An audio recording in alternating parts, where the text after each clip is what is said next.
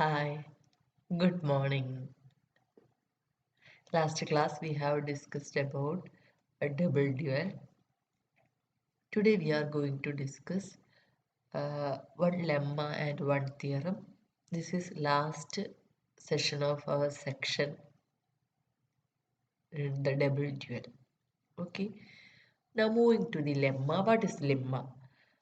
If f and g are, if f and g are linear functionals on a vector space, then the lemma says that G is a scalar multiple of F. G is a scalar multiple of F if and only if the null space of G contains the null space of F.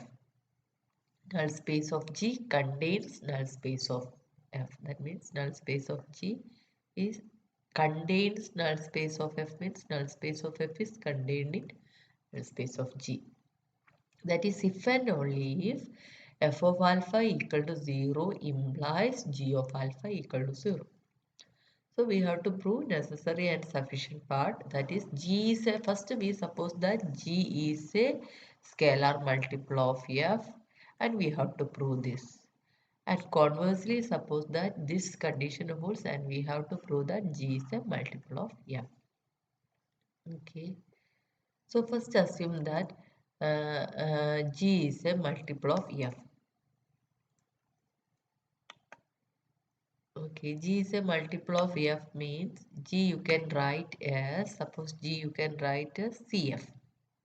Now what is NF? Set of all alpha belongs to V such that F of alpha equal to 0. Now what is NG? Set of all alpha belongs to V such that G of alpha equal to 0.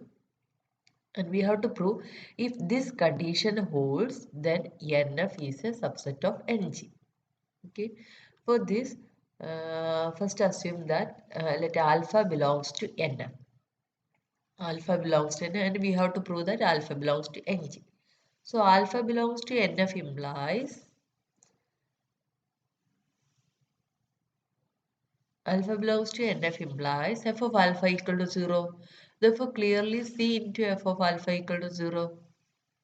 This implies G alpha equal to 0 and which implies alpha belongs to Ng.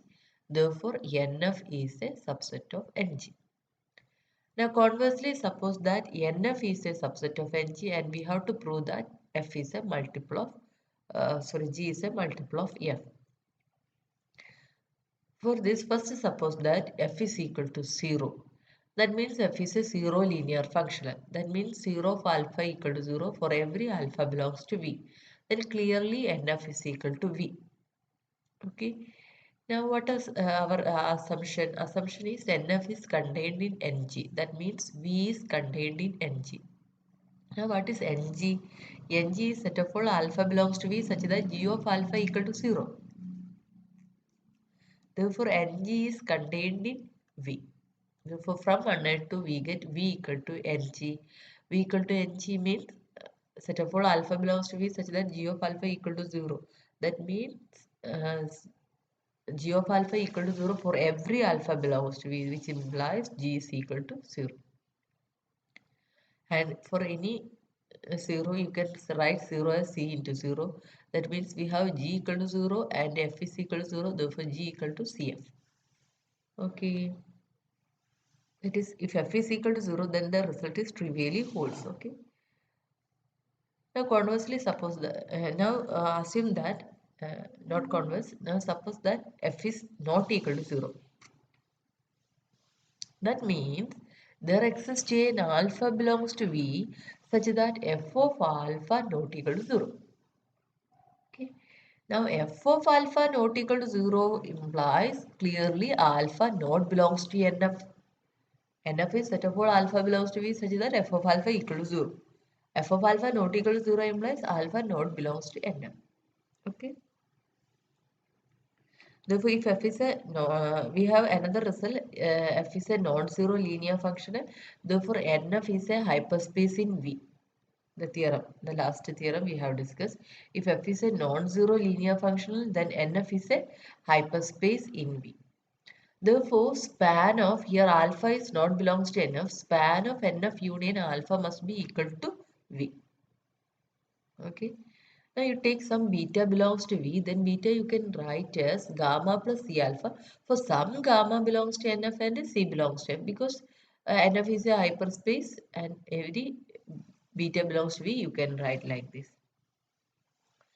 Now you choose some C equal to G alpha by G of beta. C equal to G of alpha by G of beta. Now consider H is equal to G minus CF. Okay, C equal to G alpha by G beta. Already we know what's the linear function of G and evaluate G alpha alpha, then evaluate G of beta, then find G of alpha by G of beta. Okay, therefore this is our C. Now consider H is equal to G minus CF.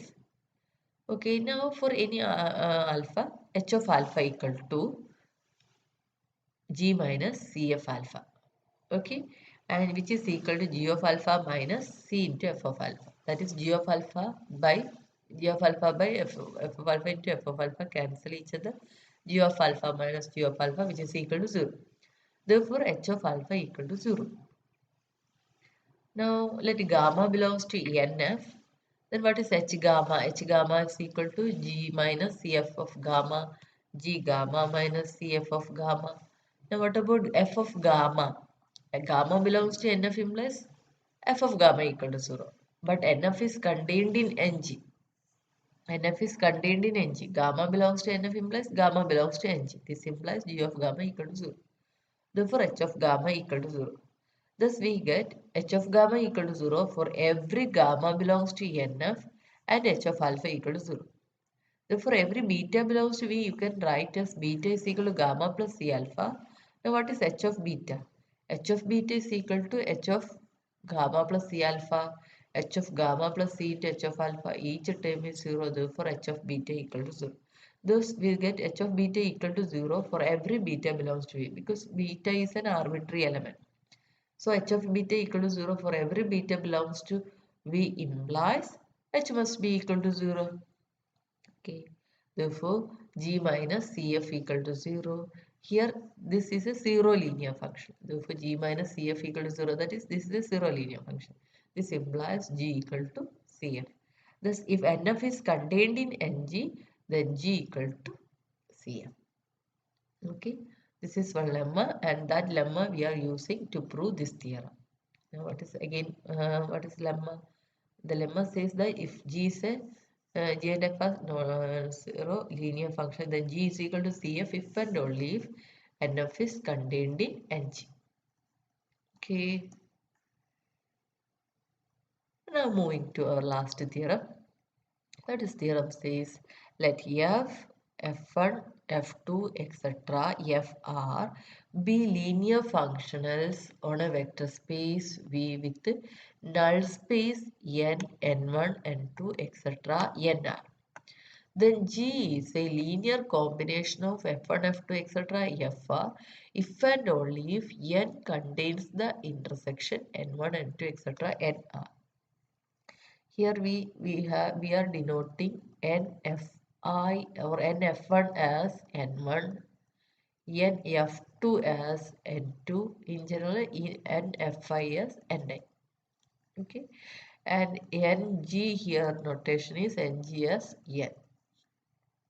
And the result says that G is a linear combination of F1, F2, etc. Fr. That means G equal to some C1 F1 plus C2 F2 plus etc. plus CR Fr if and only if N contains the intersection, that is N1 intersection N2 intersection etc. intersection NR is contained in N. Underline this. N contains the intersection N1 and 2 etc. N. Okay. Now first we assume that G is a linear combination of F1, F2 etc. Fr and we are going to prove N is N contains in one intersection and two intersection etc. intersection N. So let G is equal to this one and we have to prove this one. So to prove this, let alpha belongs to this one. This implies alpha belongs to Ni for every I equal to 1 to etc. R. Now what is Ni? Ni is null space of Fi. Null space of Fi means Fi of alpha equal to 0. That means Fi of alpha equal to 0 for every I equal to 1 to etc. R. Now g of alpha equal to, we have g is like this, g of alpha equal to this one, this implies this implies this one, and which is equal to 0. Therefore g of alpha equal to 0. Thus we get alpha belongs to n1, alpha belongs to n1 intersection etc intersection nr implies we get g alpha equal to 0. That implies alpha belongs to ng, which is equal to n. Therefore this intersection is contained in n. Now conversely, suppose that n1 intersection, n2 intersection, etc. intersection nr is contained in n, and we have to prove G is a linear combination of f1, x2, etc. fr. For proving this, we are using method of mathematical induction on R. Okay. So first we assume, now what is a mathematical induction? First we prove the result is true for R is equal to 1. Okay, so we prove result for R is equal to 1 when we assume the result is true for R is equal to K minus 1, then we prove result is true for R is equal to K. This is the method of mathematical induction. Okay, for first we prove the result for R is equal to 1. R is equal to 1 means G is equal to C1 Fn. Okay, we have to prove G equal to C1 Fn, or our assumption is N1 is contained in N. Okay, so suppose N1 is contained in N. When R is equal to 1, N1 intersection etc. intersection NR contained in N implies when R equal to 1, this is actually N1 contained in N. So what is N1? N1 is null space of F1. Null space of F1 is contained in null space of G. Okay. So null space of F1 contained in null space of G. By our previous lemma, this implies NF is contained in NG implies G is a multiple of F1. G is equal to CF1. Okay, or you can write G equal to C1F1. Therefore, the result is true for R is equal to 1 because when R is equal to 1, when R is equal to 1, here what is the term remaining? When R is equal to 1, this is actually G equal to C1F1. Okay. And here we get G is equal to CF1. Okay. Therefore, the result is true for R is equal to 1. Now we suppose that the result is true for R is equal to K minus 1. That is N1 intersection, N2 intersection, etc. intersection, Nk minus 1 subset of N implies G equal to C1F1 plus C2F2 plus etc. plus Ck minus 1 Fk minus 1. That is G is a linear combination F1, F2, etc. Fk minus 1. This is our assumption. Okay, we suppose, and we have to prove the result is true for R is equal to K. That is what we have to prove is N1 intersection etc. intersection Nk contained in N implies G equal to C1F1 plus etc. plus CKFK. This is what we have to prove. Okay. So suppose that N1 intersection, N2 intersection, etc. intersection Nk is contained in N. Okay. Now G1, G2, etc. We already know G and F1, F2, etc. Fk minus Fk, etc. are linear functional on V. And each Nk or Ni is a subset of V or subspace of V. Now here we are defining functionals g dash, f1 dash, f2 dash, etc. fk minus 1 as restrictions of these functions to the subspace nk. Okay. So for example, if you consider g is actually a functional from p to f, and we know that nk means null space of fk is a subset of v. Now we are evaluating G rest. Let it be some A. Now we are restricting GA. GA is again a function from A to F defined as what is G of Gx of GA of X is same as G of X. Okay, for every X belongs to A. So this GA is the restriction of G. Similarly, we are using the notation G dash. G dash is the restriction of G to the subspace Nk. F1 dash is the restriction of F1 to the subspace Nk. Okay. Now G1 dash, G2 dash, etc. Gn dash are G1 dash, F1 dash, etc. Fk minus 1 are linear functional on the space Nk. Now listen carefully. If alpha is a vector in Nk, okay, if alpha is a vector in Nk and f1 dash alpha equal to 0 for I equal to 1 to etc. k minus 1, if alpha is a vector in Nk and if this condition holds for I equal to 1 to etc. k minus 1, then alpha belongs to Nk and Fi of alpha equal to 0 for I equal to 1 to etc. k minus 1. What is alpha? Alpha belongs to Nk and given condition is F1 dash of alpha equal to 0. What is Fi dash? Fi dash is restriction of Fi to Nk. So here alpha belongs to Nk. But what is Fi? Fi dash, Fi is the extension of Fi dash. Okay. Therefore, Fi alpha is same as Fi dash of alpha. Okay. So, if an alpha belongs to Nk, Fi dash of alpha equal to 0 clearly implies Fi of alpha equal to 0 for I equal to 1 to etc. k minus 1. Okay.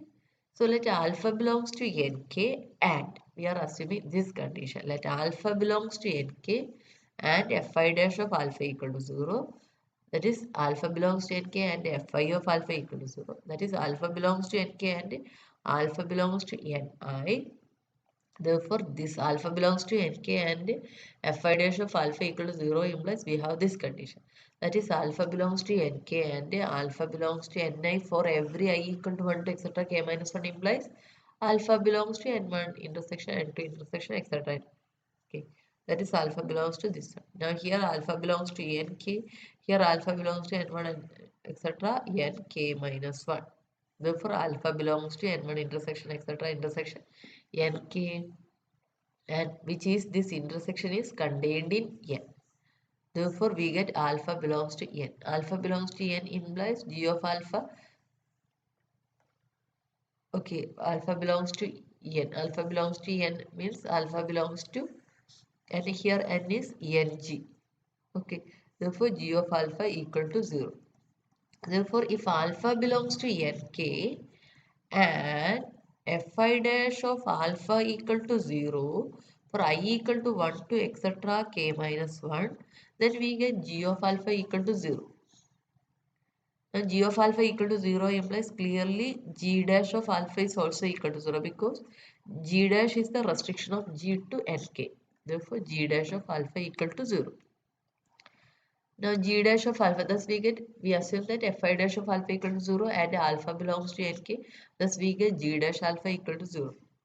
That is Fi dash of alpha equal to 0 implies we get G dash of alpha equal to 0. That is alpha belongs to N Fi dash implies alpha belongs to Ng dash. Okay. That means alpha belongs to N F1 dash. Here Fi dash for I equal to 1 to etc. k minus 1 implies alpha belongs to Ng dash. That is alpha belongs to Nf dash intersection Nf2 dash intersection etc. intersection Nfk minus 1 dash implies alpha belongs to Ng dash.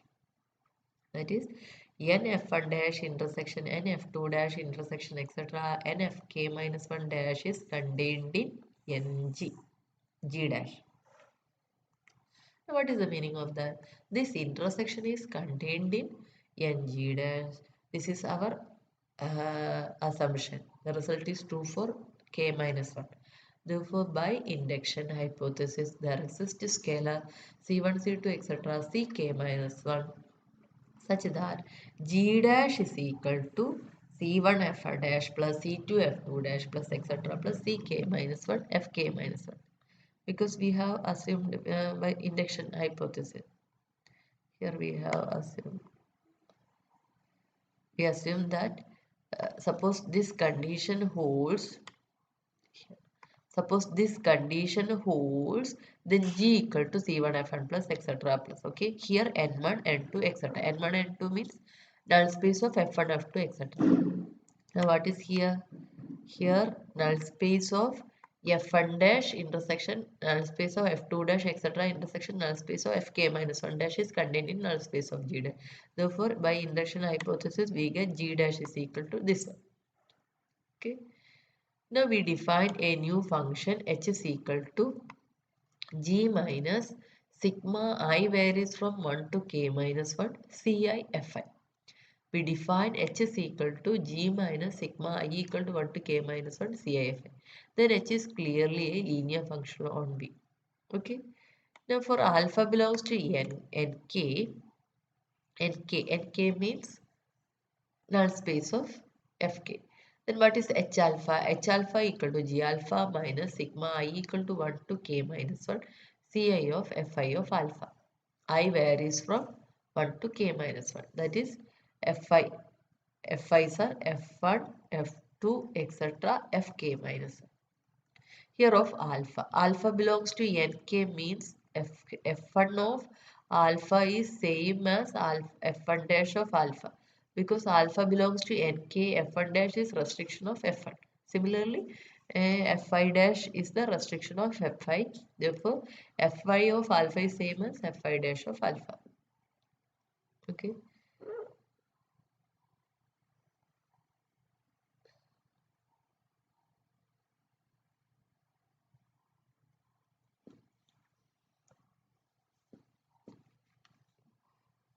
Therefore, g dash of alpha, alpha belongs to nk, g of alpha is same as g dash of alpha.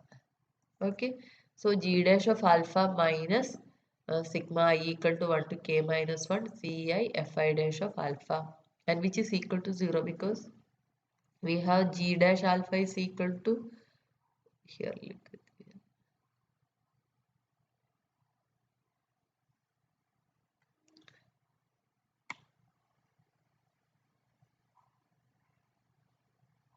Because we have g dash is equal to this one up to k minus 1, and g dash minus this or sum to left hand side implies this is equal to 0. Therefore, here we have h of alpha equal to this one, which is equal to 0. Therefore, we get h of alpha equal to 0 for every alpha equal to alpha belongs to nk. Thus, we get nk of nk means fk of alpha. That means alpha belongs to nk means we get h of alpha equal to 0. That means alpha belongs to h of alpha equal to 0 implies alpha belongs to nh. Okay. So n actually what is nk is null space of fk is contained in nh. This implies by our lemma h is equal to cfk. So h is equal to, we are denoting h is equal to some ckfk. Therefore ckfk equal to g minus this one, and from this we get g is equal to c1 f1 plus c2 f2 plus etc plus ckfk. This implies g is a linear combination of f1 f2 etc fk. So thus we have proved the result is true for r is equal to k. So we assumed result, we proved result is true for r is equal to 1, and assumed result is equal to r is equal to k minus 1, and proved this result is true for r is equal to k. Therefore, the result is true for any n, any r. Hence the theorem. Okay. Hope everything is clear. That's all for today's class. Okay.